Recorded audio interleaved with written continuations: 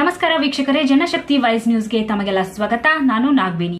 ಶಾಲಾ ಮಕ್ಕಳ ಹಾಲಿಗೆ ಬಿದ್ದ ಹಲ್ಲಿ, ಅಸ್ವಸ್ಥ ವಿದ್ಯಾರ್ಥಿಗಳು ಆಸ್ಪತ್ರೆಗೆ ದಾಖಲು. ವೀಕ್ಷಕರೇ, ಹುಕ್ಕೇರಿ ತಾಲೂಕಿನ ಉಳ್ಳಾಗಡ್ಡಿ ಖಾನಾಪುರ ಗ್ರಾಮದ ಸರ್ಕಾರಿ ಶಾಲೆಯ ಮಕ್ಕಳಿಗೆ ತರಲಾದ ಕ್ಷೀರ ಭಾಗ್ಯ ಯೋಜನೆಯ ಹಾಲಿನಲ್ಲಿ ಹಲ್ಲಿ ಬಿದ್ದ ಪರಿಣಾಮ ಶಾಲಾ ವಿದ್ಯಾರ್ಥಿಗಳು ಅಸ್ವಸ್ಥರಾದ ಘಟನೆ ನಡೆದಿದೆ. ವಿದ್ಯಾರ್ಥಿಗಳನ್ನು ಉಳ್ಳಾಗಡ್ಡಿ ಖಾನಾಪುರ ಪ್ರಾಥಮಿಕ ಆರೋಗ್ಯ ಕೇಂದ್ರದಲ್ಲಿ ತಪಾಸಣೆ ಮಾಡಿ ಕೆಲ ವಿದ್ಯಾರ್ಥಿಗಳನ್ನು ಸಂಕೇಶ್ವರದ ಸರ್ಕಾರಿ ಆಸ್ಪತ್ರೆಗೆ ದಾಖಲು ಮಾಡಲಾಗಿದೆ.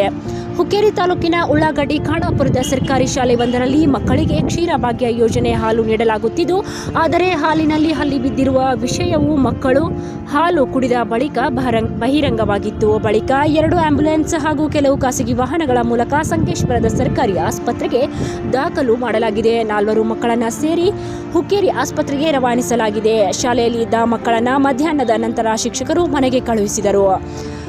ಘಟನೆಯ ಸುದ್ದಿ ತಿಳಿದ ಬಳಿಕ ಮಕ್ಕಳ ಪಾಲಕರು ಗಾಬರಿಗೊಂಡು ಸಂಕೇಶ್ವರ ಸರ್ಕಾರಿ ಆಸ್ಪತ್ರೆಗೆ ಧಾವಿಸಿ ಮಕ್ಕಳ ಮುಖ ನೋಡಲು ಪರದಾಡುತ್ತಿದ್ದರು. ಕೆಲ ಪಾಲಕರು ಶಾಲೆಗೆ ದೌಡಾಯಿಸಿ ಕೆಲ ಮಕ್ಕಳನ್ನು ಮನೆಗೆ ಏಕೆ ಕಳಿಸುತ್ತಿದ್ದೀರಾ, ಮನೆಯಲ್ಲಿ ಏನಾದರೂ ಆದರೆ ಯಾರು ಹೊಣೆ ಎನ್ನುತ್ತಿದ್ದರು.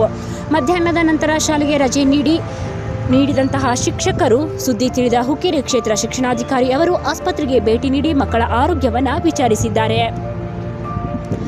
ವರದಿ ಶಿವಾಜಿ ಎನ್ ಬಾಳೇಶ್ಗೋಳ, ಜನಶಕ್ತಿ ವಾಯ್ಸ್ ನ್ಯೂಸ್, ಹುಕ್ಕೇರಿ.